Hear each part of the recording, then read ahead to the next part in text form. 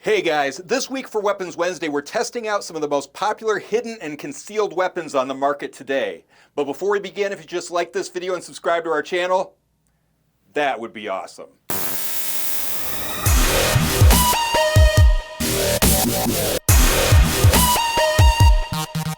So last week, we looked at some of the most popular self-defense keychains on the market today. And then I asked you guys to go to the community tab and vote for which one you like best. And you guys went to the community tab and voted for the Shark Key Tooth self-defense keychain. Excellent choice, guys. This was absolutely my favorite as well. The thing I liked most about it is that we tested it out hardcore in the video because I wanted to make sure it wasn't going to hurt my hand, and I also wanted to make sure that tip wasn't going to break, and it held up beautifully and my hand felt perfect after using it. So if you didn't watch the video, go back to last week's video and definitely give it a watch. But this week we're going to look at some of the most popular hidden and concealed weapons on the market today. But at the end of this video, if you guys could just put in the comments which hidden weapon you liked best and why, I'd really like to hear your opinion on these things. And as always, there's links in the description of the video so you can find out more information on each of these products.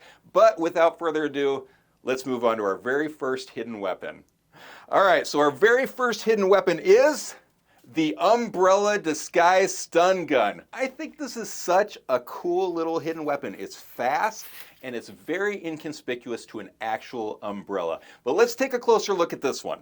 So first off, we've got this navy blue sleeve that kind of covers it up, and that just makes it look a little more inconspicuous. I mean, it kind of hides the stun gun aspect of it.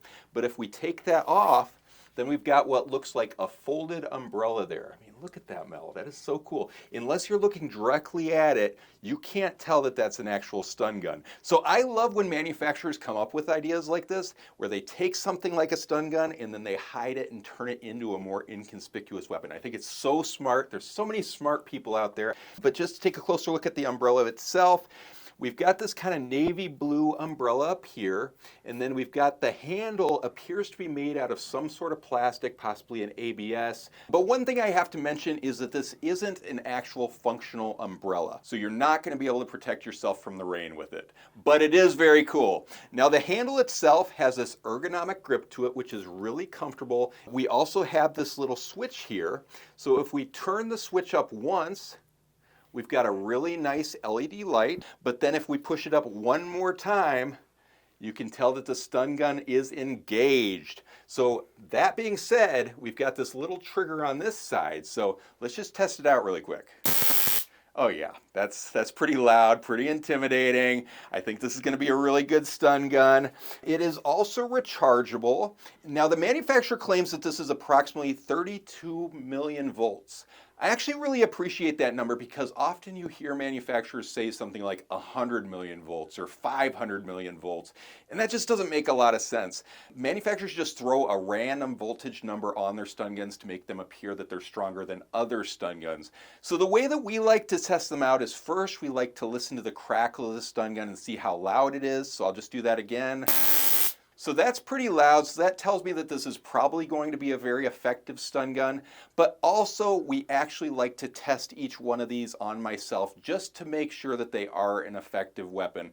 Nowadays, I only let Amanda test me on the arm. We used to test in the chest, the leg, other areas, but I just feel like the arm is a little bit safer for me. So I'm going to go ahead and pass this over to Amanda. And Amanda, I really want you to hit me with this one this time. Like, hit me hard. Right. I'm going to set my arm here. Don't do it yet. Give me a second. Just going to set my arm here, get centered really quick. Hi guys, by the way. Close my eyes. Yeah, this is Amanda right here. And then just hit me hard so I know that it actually works. So 3, 2, 1. Oh, jeez! That actually really hurt. So one thing I should mention now that you guys have seen that, it smells like something burning. Holy cow, I think she took off some hair on my arm. Good job, Amanda. That was good. A couple things I want to mention. First off, when using a stun gun, the sound that you hear stops as soon as it hits its resistance point. So as soon as Amanda hit me, you didn't hear that sound anymore, but it was definitely still shocking me and it hurt bad. The one other thing I really want to mention too is stun guns are an effective deterrent, but at the same time, they may not take everyone down. If someone's high on crystal meth or something, this is probably not going to be very effective. So it's very important that you learn additional self-defense techniques in addition to carrying a stun gun if this is going to be your weapon of choice. Now, the total length of this is approximately 10 inches. The total weight is approximately 6.4 inches. And that's really all I have to say about this, right? Is there anything else, Amanda, you want to know about it? I don't think so. Okay, gotcha. So I'm going to go ahead and put that away, and let's move on to our next hidden weapon. All right, so our next hidden weapon is called the coin purse slapjack. Look at these. These are so cool. When I was a kid, we used to go to this arts and crafts thing, and we used to build these little coin purses. You don't see them as much nowadays, right, Mel? I mean, but I absolutely love these because it changes a standard SAP weapon into something that's actually useful and can carry your change around. So I think that's a pretty cool idea for a weapon. Now, these specific ones are made from a very durable, genuine leather that's got this heavy-duty stitching all around it. So these things are actually going to hold up really well. In fact, we used these in a different video in the past, and I tested the heck out of them, and we could not break them. So I'm actually really impressed with these. But they are available in both black and brown, and it has this really nice sturdy zipper on it. I mean, if we look at this, the teeth on this zipper are really heavy duty. That thing is not going to break on you at all. We can also see that there's a lanyard hole in here, so we could add a wrist strap if we wanted to.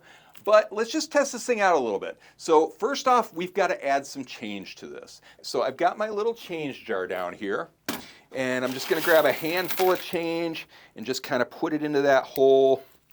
And let's give this guy a little bit of weight. Okay, I'm going to make a big old mess up here because some of this change is kind of big. Like, okay, look at this. I've got a silver dollar here. You don't see these very often, do you? I mean, that's pretty nice. This is, what year is that from?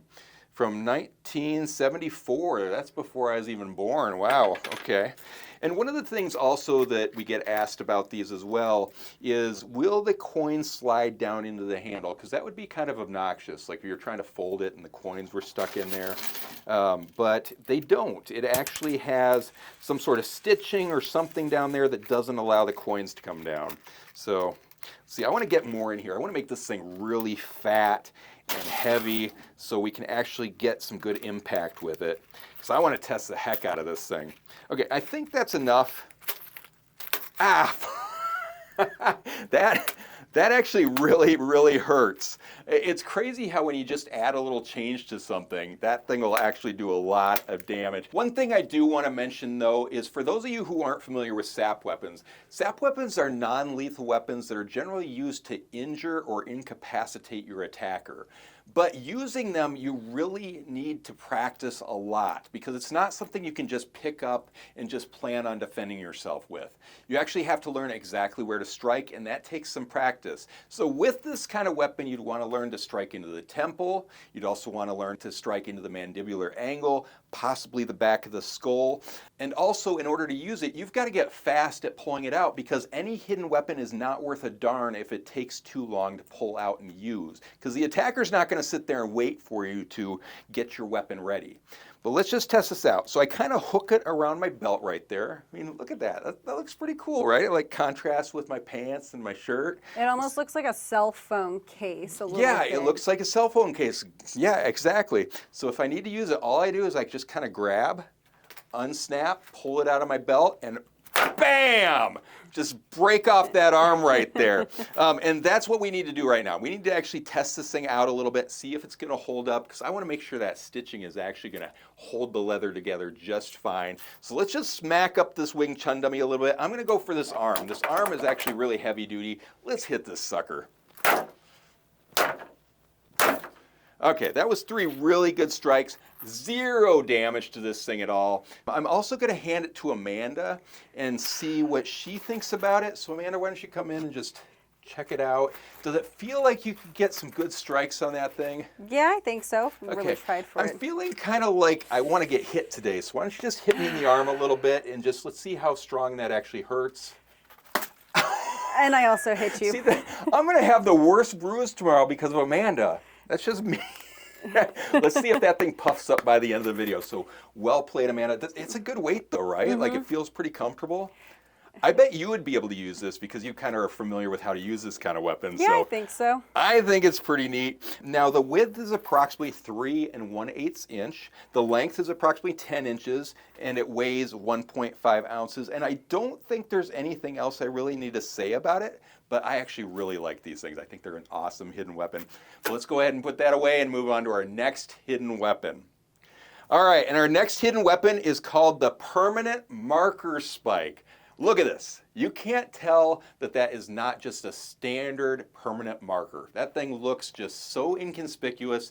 It's a great hidden weapon. Now, we used to actually make these ourselves in-house, but then we met a company out in Massachusetts that makes these in America, and so they make them for us. And the thing I like about their version in comparison to ours is they actually use a G10 spike in it as opposed to the metal spike that we used to use. So this is completely non-metal. So I absolutely love that. I think it's so cool. Now, the casing itself is made from some sort of ABS. And then if we look at the spike inside, that is actually made out of G10.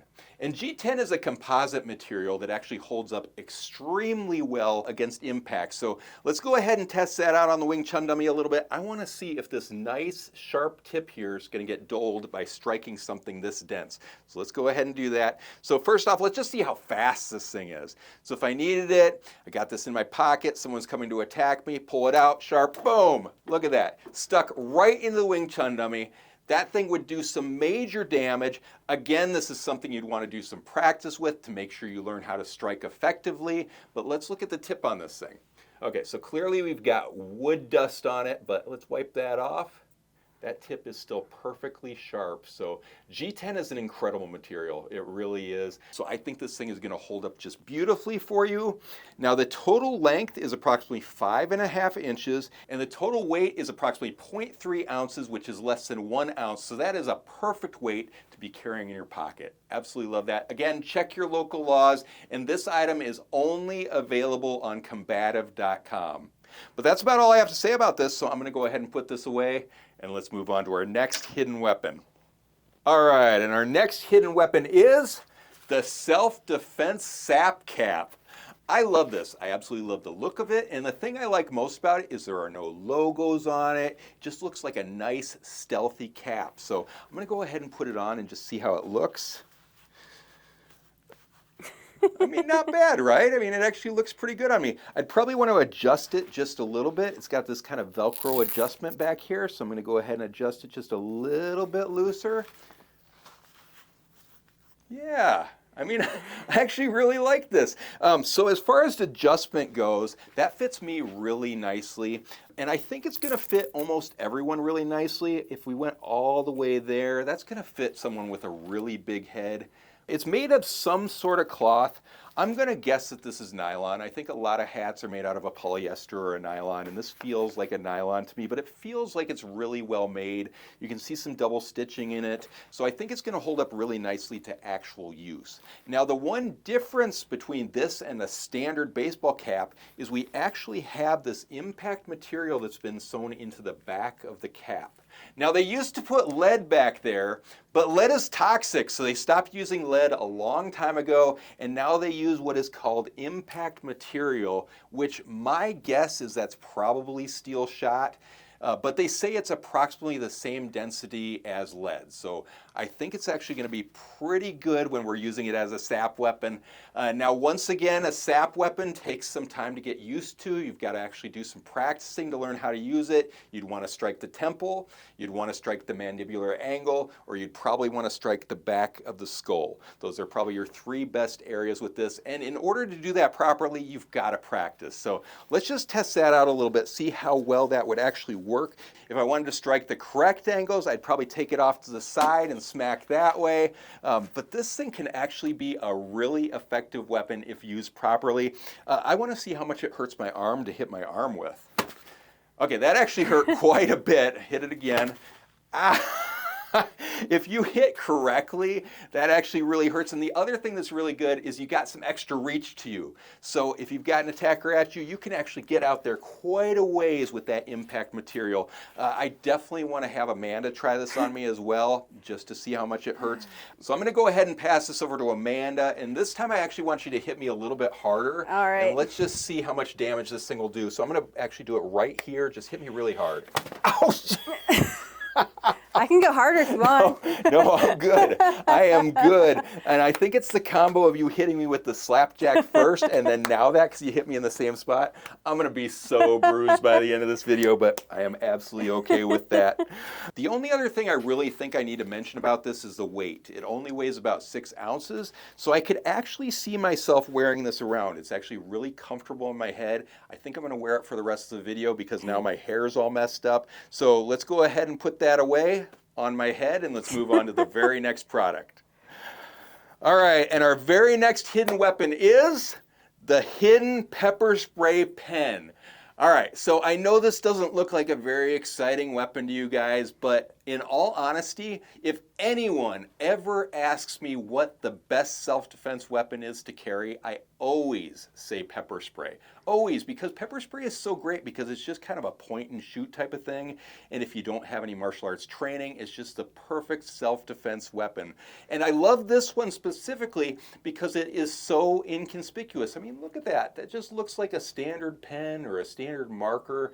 The one concern I always have about something like this is, what if you are carrying it in your pocket and all of a sudden the pen cap comes off? And then you accidentally spray yourself, or you spray the inside of your pocket or the inside of your purse. Well, that was the first thing I wanted to test. I just wanted to see how easy it was to take this pen cap off.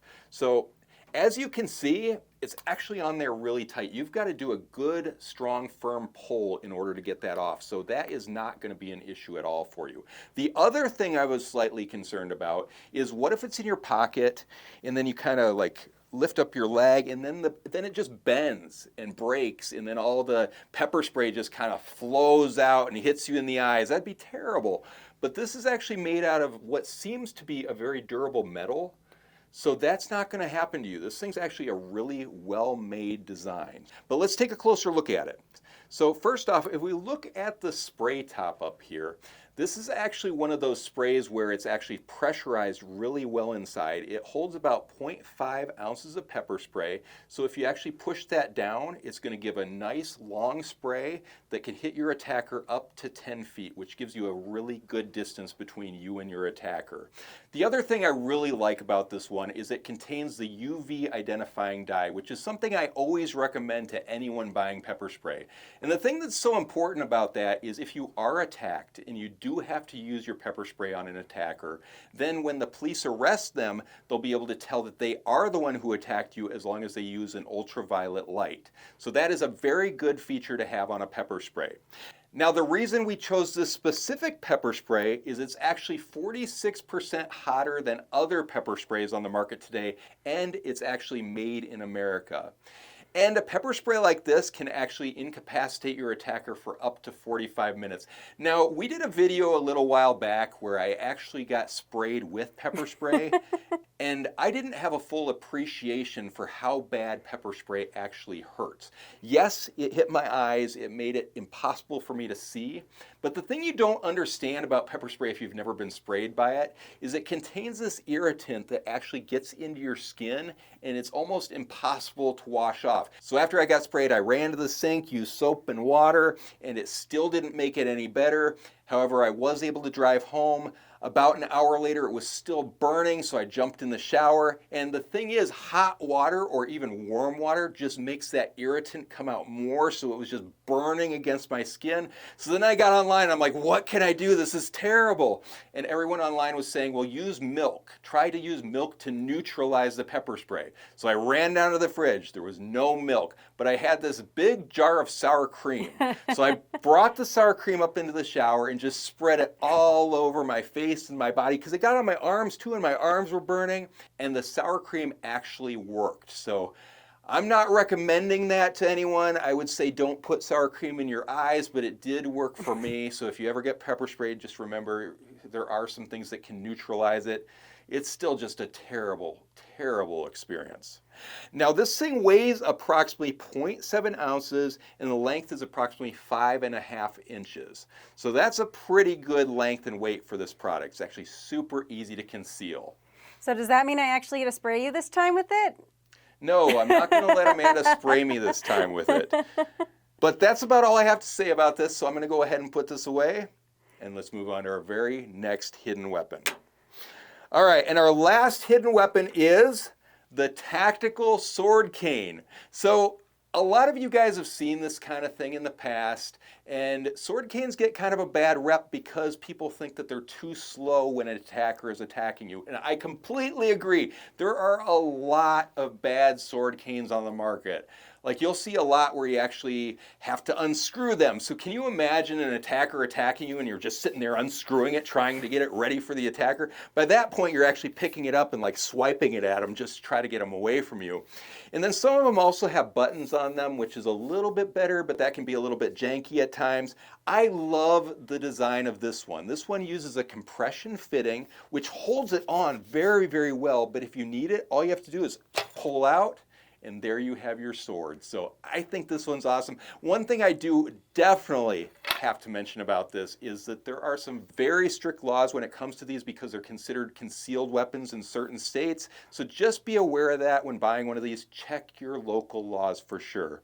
But this specific one is amazing, and that's because it's made from this fiberglass reinforced nylon that is one of my favorite materials, and it holds up just beautifully. So the shaft and the handle are made out of that injection molded material. So this thing is actually going to hold up if we go ahead and hit with it.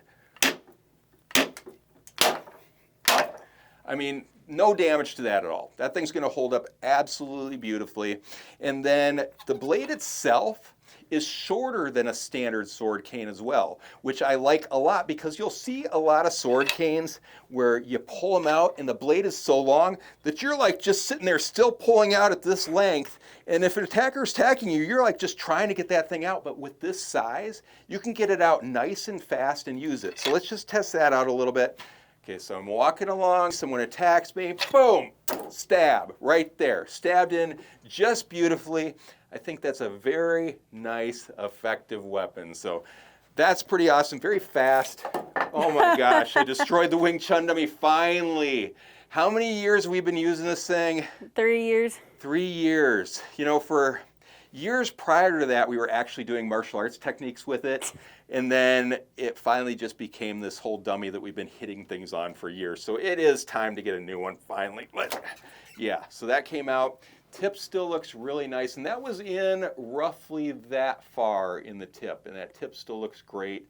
One concern I had with this is the blade is made from a 2CR13 stainless steel, but it's actually a geometrically square blade. So this isn't just a standard blade that has like a bladed area. There's no sharpness to this at all. It's just like a rapier blade where it's got this sharp tip on it. So you're only going to be stabbing with this. You're not going to be slicing with it at all. It's actually a really good design because that's what I would want if I actually had to use it to defend myself.